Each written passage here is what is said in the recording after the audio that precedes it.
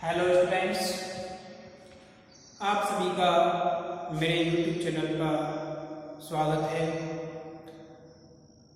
Students,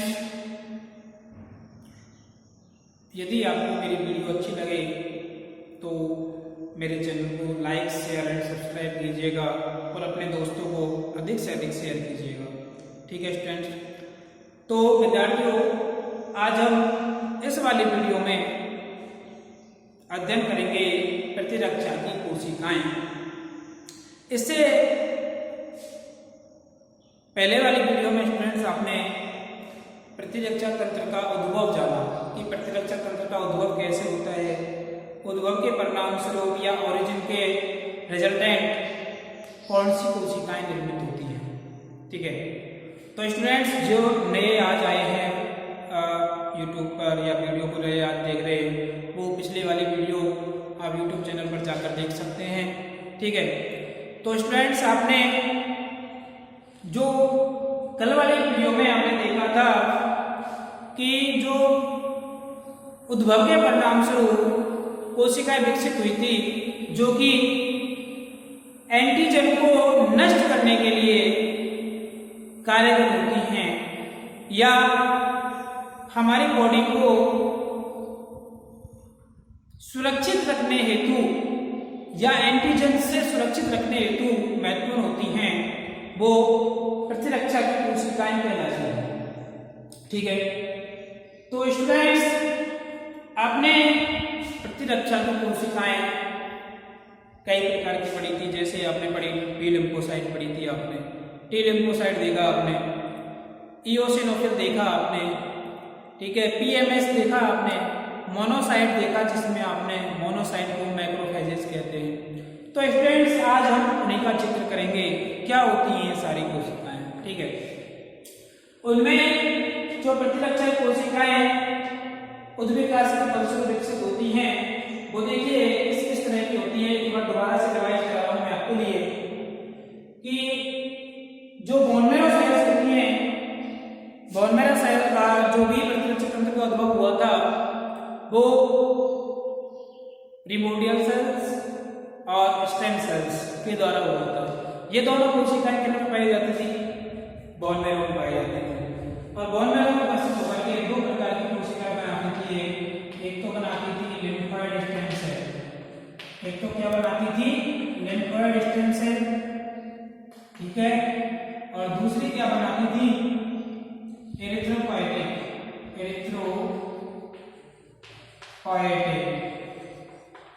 stem cell. ठीक है, दो प्रकार की कोशिकाएं बनाती थी। लिम्फोइड जो स्टेम सेल थी ये बी लिम्फोसाइट और ल्यूकोसाइट बनाती हैं, और ये क्या क्या बनाती थी? मोनोसाइट का संश्लेषण करती थी। ठीक है, आरबीसी का संश्लेषण करती थी, प्लेटलेट्स का संश्लेषण करती थी। ठीक है, पीएमएस का संश्लेषण करती थी। ठीक है, इस तरह से ये कोशिकाओं का संश्लेषण किया जाता है एरिथ्रोपोएटिक सेल्स के द्वारा। तो ये सारी की सारी जो कोशिकाएं हैं ये और ये सब की सब क्या कहलाती हैं? प्रतिरक्षा की कोशिकाएं कहलाती हैं। ठीक है, तो मोनोसाइट को हम जो है क्या कहते हैं? मैक्रोफेजेस कहते हैं।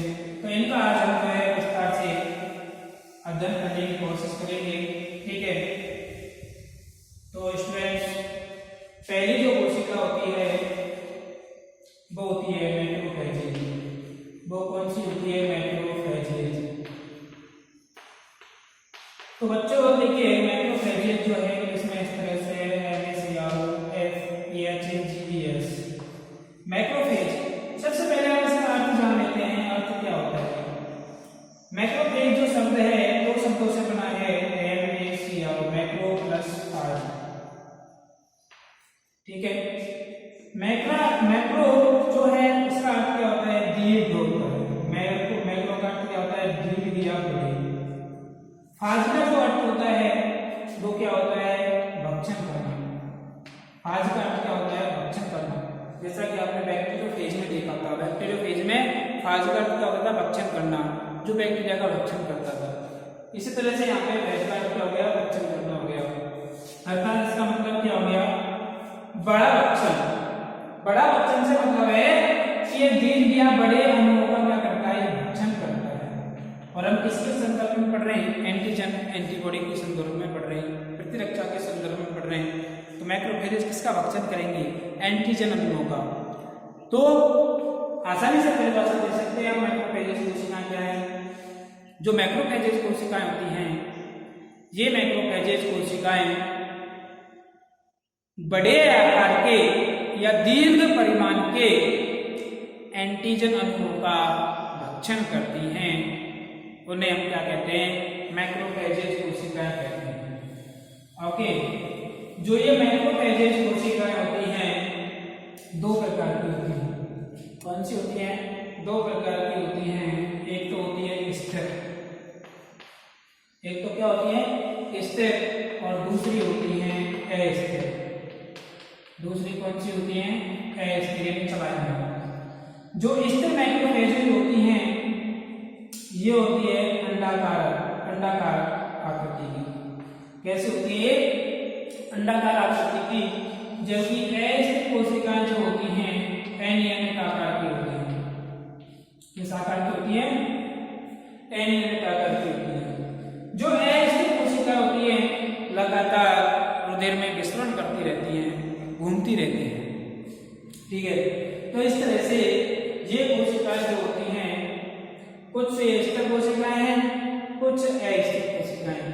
अस्थिर कोशिकाएं लगातार घूमती रहती हैं। स्थिर कोशिकाएं जो होती हैं अंडाकार आकृति की होती हैं और एक जगह फिक्स रहती हैं। जैसे हम बात करें कुप्फर कोशिकाएं, तो कुप्फर कोशिकाएं जो होती हैं कहाँ पे पाई जाती हैं? कुप्फर कोशिकाएं यकृत में पाई जाती हैं। और किस प्रकृति की होती है? स्थिर प्रकृति की। ये कुप्फर कोशिकाएं भी किस तरह से कार्य करती हैं? मैक्रोफेज की तरह कार्य करती हैं। ठीक है, तो इस तरह से स्टूडेंट्स ये जो कोशिकाएं होती हैं बृहद आकार के अणुओं का भक्षण कर देती हैं, करती हैं। ठीक है, इस वजह से इनको क्या बोलते हैं? मैक्रोफेजेज कोशिकाएं कहते हैं। ठीक है, आया आपको समझ? अगली जो कोशिका होती है, दूसरी कोशिका होती है लसीकाणु कोशिकाएं। दूसरी कोशिकाएं कौन सी कहलाती हैं? लसीकाणु कोशिकाएं। लसीकाणु कोशिकाएं जो होती हैं कुल डब्ल्यूबीसी का 20 से 30% होती है। कितनी परसेंट होती है कुल डब्ल्यूबीसी का? 20 से 30% जो हमारे शरीर में पाई जाती है। इनका जो संश्लेषण होता है वो भी कहां से होता है? अस्थि मज्जा की पूर्ववर्ती कोशिकाओं से होता है। कहां से होता है? अस्थि मज्जा की पूर्ववर्ती कोशिकाओं से। ठीक है, और मैक्रोफेजेज का निर्माण भी कहां से होता था? अस्थि मज्जा की पूर्ववर्ती कोशिकाओं से। अब इसका मतलब क्या है? पूर्ववर्ती कोशिका का मतलब क्या है? अब स्टूडेंट थोड़ा बैकवर्ड में जाइए, बीएससी फर्स्ट ईयर में जाते हैं थोड़ा सा। आपने सेल बायोलॉजी पढ़ी थी। सेल बायोलॉजी में आपने आधुनिक कोशिका सिद्धांत पढ़ा। किसके द्वारा दिया गया आधुनिक कोशिका सिद्धांत? रुडोल्फ विर्चो के द्वारा दिया गया था। और उसने क्या बताया था? कोशिका विभाजन करती है। तो कोशिका विभाजन करती हैं तो एक कोशिका से नई कोशिका बनेगी कि नहीं बनेगी? बिल्कुल बनेगी ना। तो उस कोशिका का निर्माण कहां से हुआ? तो उसको रुडोल्फ विर्चो ने बताया था कि कोशिका विभाजन के दौरान जो नई कोशिका बनती है उस कोशिका का निर्माण अपनी पूर्ववर्ती कोशिका से ही होता है। तो ये भी तो एक मैक्रोफेजेज कोशिका है ना। कोशिका से कोशिका बनने लग गई है, 2 महीने के बाद तंत्र का विकास होने लगता है तो कोशिका पहले ही है। ठीक है, तो इस मैक्रोफेज कोशिका निर्माण कहां से होता है? अस्थि मज्जा में पहले से कोशिका उपस्थित होती है, पूर्ववर्ती कोशिकाएं पहले से उपस्थित है, उनसे होता है। इसी तरह से मैक्रोफेजेज का निर्माण होता है। एक बात हो गया था, मैक्रोफेजेज को दूसरे प्रकार से नाम से जानते हैं, हिस्टोसाइट्स कहते हैं। मैक्रोफेजेज को किस नाम से जानते हैं? हिस्टोसाइट के नाम से जानते हैं। अब पुनः से अपन जो है अपने लसीकाणु कोशिका पर आ जाते हैं। ये लसीकाणु कोशिकाएं भी 2 प्रकार की होती हैं। एक तो होती है बी लिम्फोसाइट, एक तो कौन सी होती है? बी लिम्फोसाइट, और दूसरी होती है टी लिम्फोसाइट। दूसरी कौन सी होती है? T lymphocyte. ठीक है, बी लिम्फोसाइट और टी लिम्फोसाइट। बी लिम्फोसाइट का संश्लेषण भी कहां से होता है? अस्थि मज्जा से होता है, लिम्फोइड स्टेम सेल से होता है। मनुष्य में जो बी लिम्फोसाइट होती हैं, ये बी लिम्फोसाइट यकृत पिलिया के द्वारा निर्मित होती है।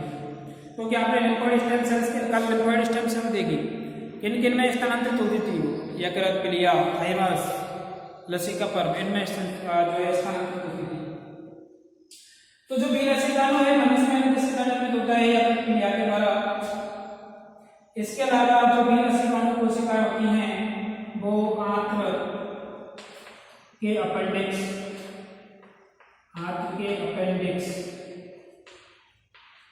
भाग में भी कुछ मात्रा में पाए जाते हैं बी लसिकाणु, और अपेंडिक्स के अलावा जो टॉन्सिल्स होती हैं, टॉन्सिल्स, इन टॉन्सिल्स में भी क्या पाए जाते हैं? बी लसिकाणु पाए जाते हैं। अब इसमें टॉन्सिल्स क्या है?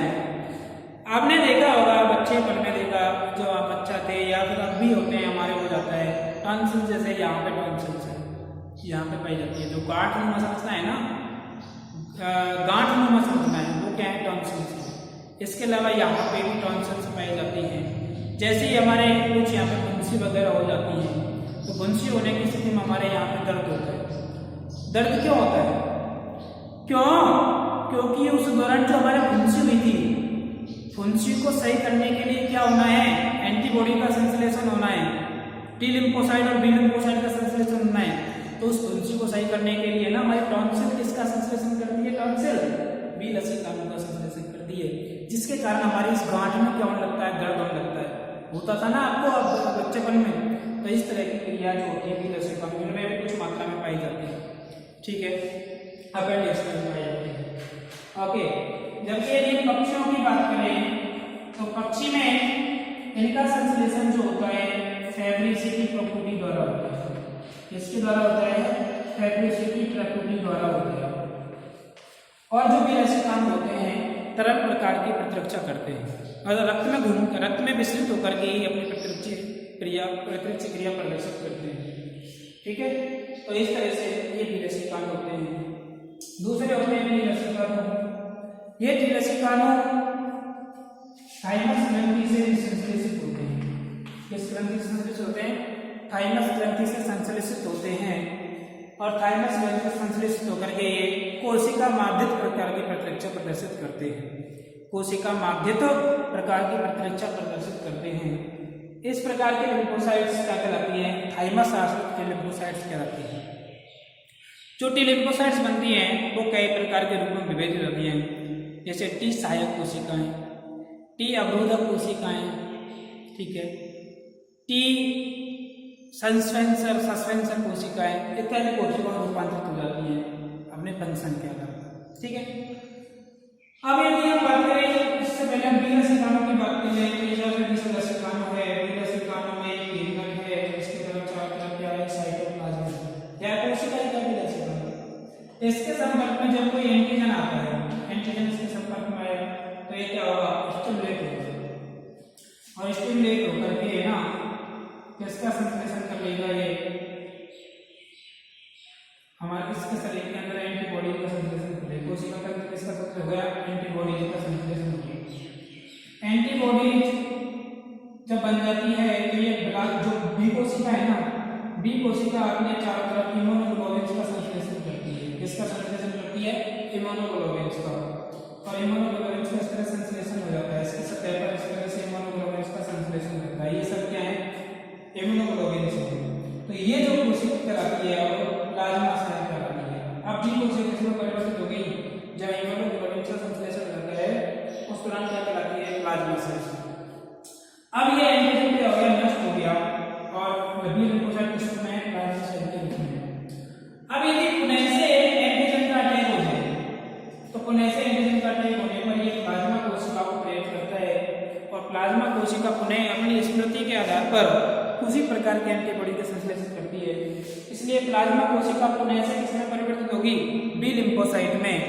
तो वह कोशिका क्या कहलाती है? मेमोरी सेल कहलाती है। वो कोशिका क्या कहलाती है? ऐसी प्लाज्मा कोशिकाएं जब भी बी सेल में परिवर्तित होती हैं, बी लिम्फोसाइट में परिवर्तित होती हैं, तो वो क्या कहलाती है? मेमोरी सेल कहलाती है, क्या स्मृति कोशिकाएं कहलाती है। ठीक है, इसमें आगे बात करते हैं हम, ये हो गई लसीकाली कोशिकाएं। तीसरी बात करते हैं इओसिनोफिल।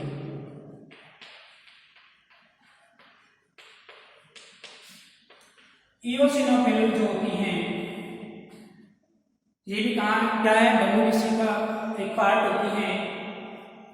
इओसिनोफिल अम्लीय अभिरंजन, अम्लीय अभिरंजन इओसिन को ग्रहण करती है। किसको ग्रहण करती हैं? इओसिन को ग्रहण करती है।